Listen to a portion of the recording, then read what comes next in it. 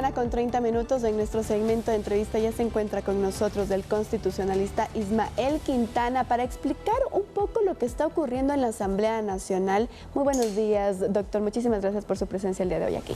Buenos días a ustedes por la invitación, un placer y un saludo para quienes nos están mirando y escuchando. Muy bien, quisiéramos entonces entablar esta conversación para que nos explique un poco este proceso que se está siguiendo en el legislativo, y quiero empezar mencionando esta causal que se ha puesto en el informe de la comisión que estaba investigando pues este caso que se lo ha denominado como Gran Encuentro. Ellos dicen, la causal en el informe está como traición a la patria. Este delito existe en la ley, doctor. ¿De qué, o sea, digamos, qué implica traición a la patria?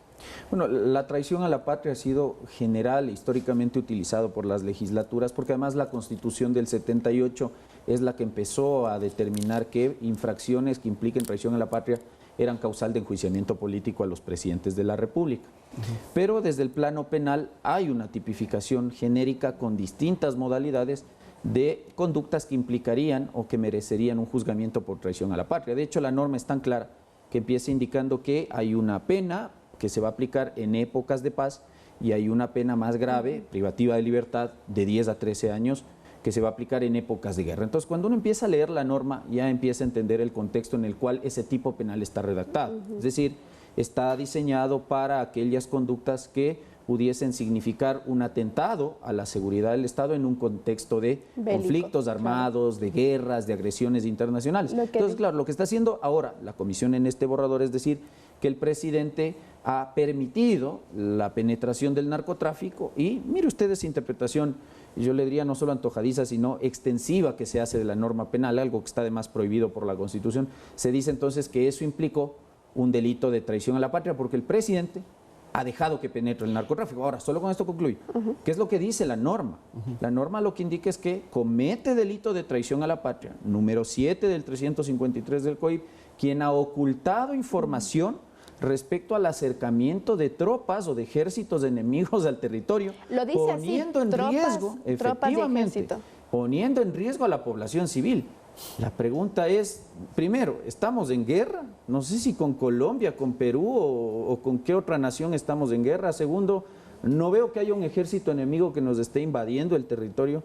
Tercero, no encuentro qué información de ese carácter ocultó el presidente de la República para efectos de decir que él ha cometido por ese hecho o por esa conducta omisiva un delito de traición a la patria. Entonces, asimilar al narcotráfico diciendo que esta es una cuestión que implica que el narcotráfico es el nuevo enemigo del territorio del Estado ecuatoriano, bueno, francamente eso es ya descabellado. El gobierno ha dicho que el narcotráfico y que estamos en guerra con el narcotráfico, pero eso es una metáfora versus lo que... Naturalmente, pero uno sabe, y esto lo aprende, yo entiendo que en la comisión hay legisladores que son abogados, y si no lo son, tienen asesores de abogados.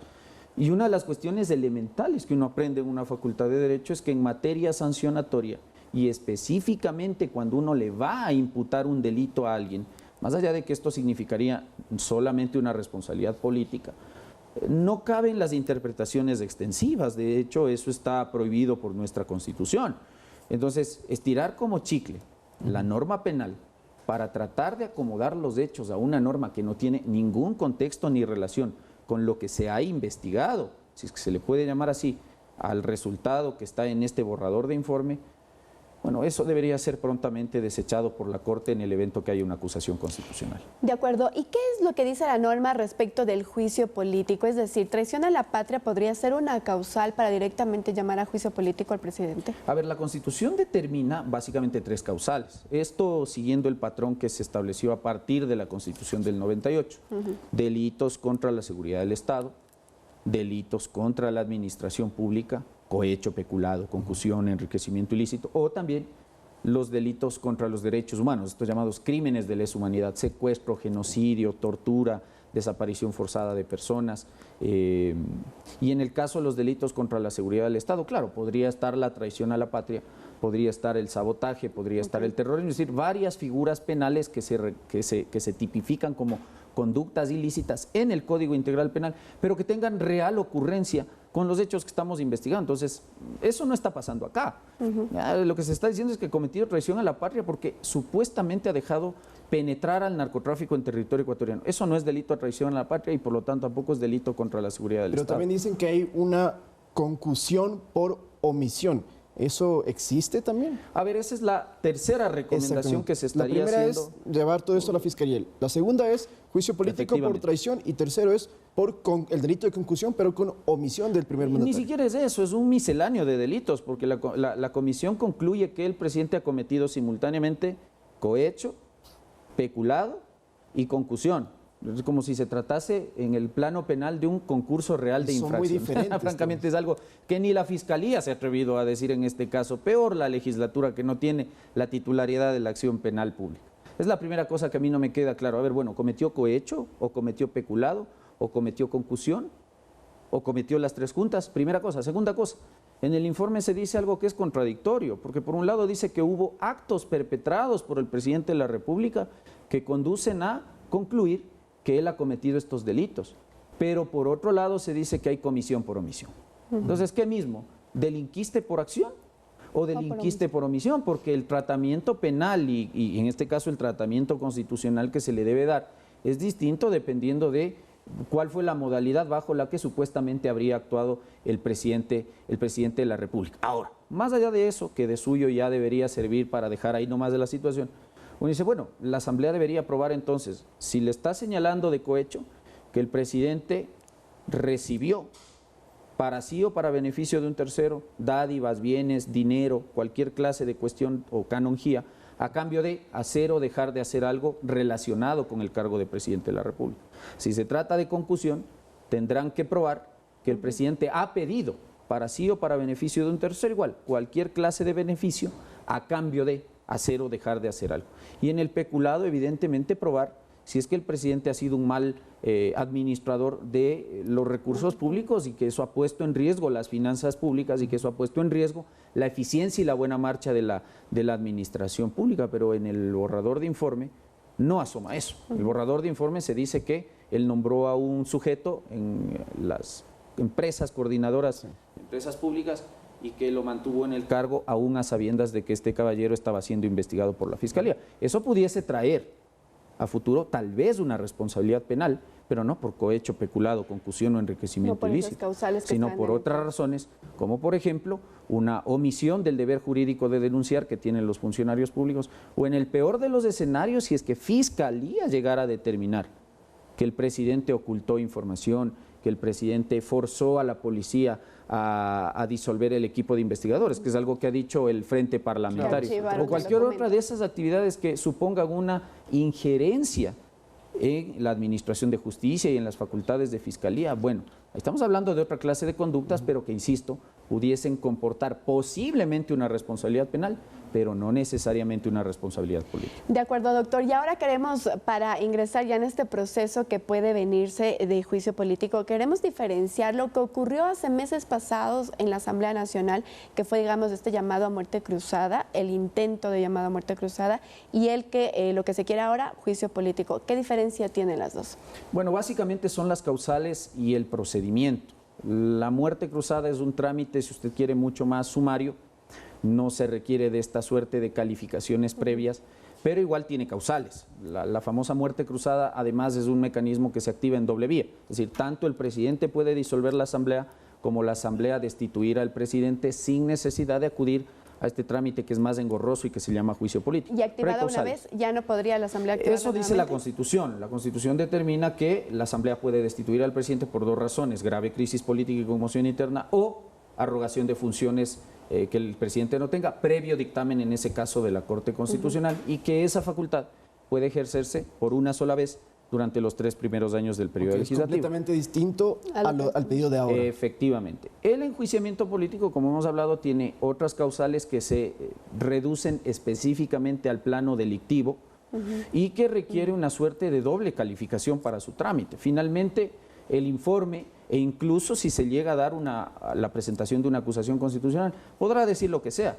porque a la larga quien resuelve si el presidente va o no a juicio político va a ser la Corte Constitucional, porque el 129 de nuestra Constitución exige una calificación previa en manos de la Corte. Yo quería llegar a eso, pero antes de abordar el tema de la Corte, también hay dudas de la gente si entonces con el juicio político la Asamblea también se iría o no, porque eso solamente es con la muerte cruzada. Los efectos también difieren. Si hay un juicio político, asumamos que se presenta la acusación, que pasa el filtro del CAL, pasa el filtro de la Corte Constitucional, va a manos de la Comisión de Fiscalización y luego en el Pleno. Y hay los 92 votos. ¿Qué pasa en ese escenario?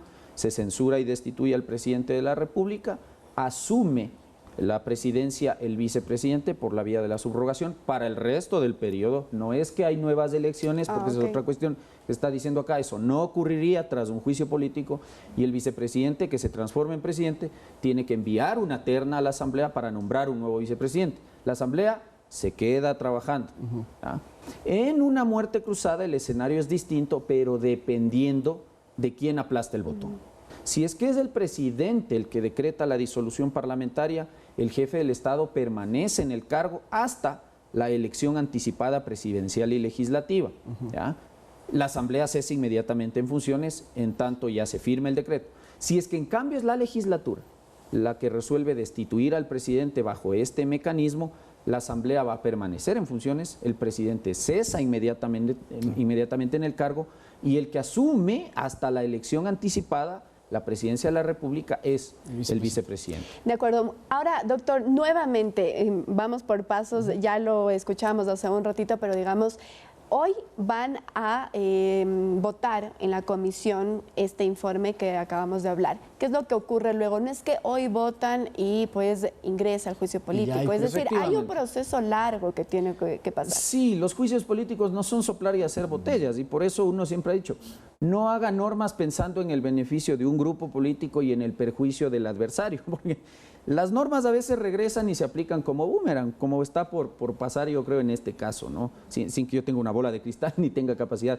de adivinar el futuro, pero hay que distinguir. Lo que tenemos ahora es un borrador de informe que en unos minutos más posiblemente se pudiese transformar ya en un informe, pero eso no es una acusación constitucional, es decir, ese informe ni es condición suficiente ni es condición necesaria para que con eso arranque de pleno derecho el juicio político. Hoy no arranca un juicio político. Es el término, es decir, no es vinculante. Efectivamente, más allá de que sea o no sea vinculante, incluso la Asamblea hoy, mañana, pasado mañana, pudiese sesionar y aprobar el informe, acoger ese informe. ¿Con eso arranca el juicio político contra Lazo? No. Eso no soslaya la obligación constitucional que tiene la legislatura de hacer varias cosas. Primero, presentar la acusación. A esa acusación, en segundo lugar, acompañar. Es decir, simultáneamente se tiene que presentar, digamos, y físicamente en ventanilla, firmas para que inicie el juicio político. No solo las firmas, la acusación, a esa acusación al menos 46 firmas de respaldo, equivalentes al tercio de los integrantes de la Asamblea. En tercer lugar, dice el 78 de la Ley de la Función Legislativa, las pruebas, o al menos el anuncio de las pruebas que se van a practicar en el juicio político. Y en cuarto lugar, la más importante, la fundamentación jurídica de la causal. Los juicios políticos no son solo políticos, siguen siendo juicios y hay ciertos mínimos procesales que hay que respetar. ¿Por qué razón? Porque el otro también tiene que defenderse, pues, y tiene que saber de qué le están acusando. Entonces, cuando ocurra eso, vamos a tener propiamente ya un intento de juicio político y estaremos frente ya a un trámite que se activa con todos los dos controles que deben darse, en el CAL y en la Corte Constitucional. O sea, el informe entonces y lo que ha hecho la Comisión no tiene mayor efecto si no hay la acusación o si la Corte no viabiliza este proceso de juicio. El informe no tiene ningún valor jurídico, ni va a constituir tampoco prueba en el hipotético de que se presente una acusación constitucional. Por cómo está hecho. No es solo por cómo está, aunque estuviese súper bien redactado y súper bien fundamentado, ese informe no tiene ningún valor jurídico. Así gane hoy. Es el fruto de una investigación parlamentaria donde se ha arribado a unas conclusiones y le están recomendando al Pleno, sobre la base de esas conclusiones, ciertas actitudes y ciertas actividades que hay que hacer. Pero incluso ahí yo le insisto, el Pleno no es el que decide si el jefe del Estado va al juicio político o no. Es la Corte Constitucional la que va a resolver aquello luego de que se presente formalmente, con el cumplimiento de todos estos requisitos, una acusación constitucional en contra del presidente de la República. De acuerdo, muy bien. Muchísimas gracias, doctor, nuevamente por su visita. Clarísimo, ¿no? Sí, muy claro nos queda. Conversábamos con Ismael Quintana, constitucionalista, sobre lo que está ocurriendo ahora en la Asamblea Nacional. Con esto nosotros nos vamos a una pausa, amigos, pero quédese porque ya retornamos con más información.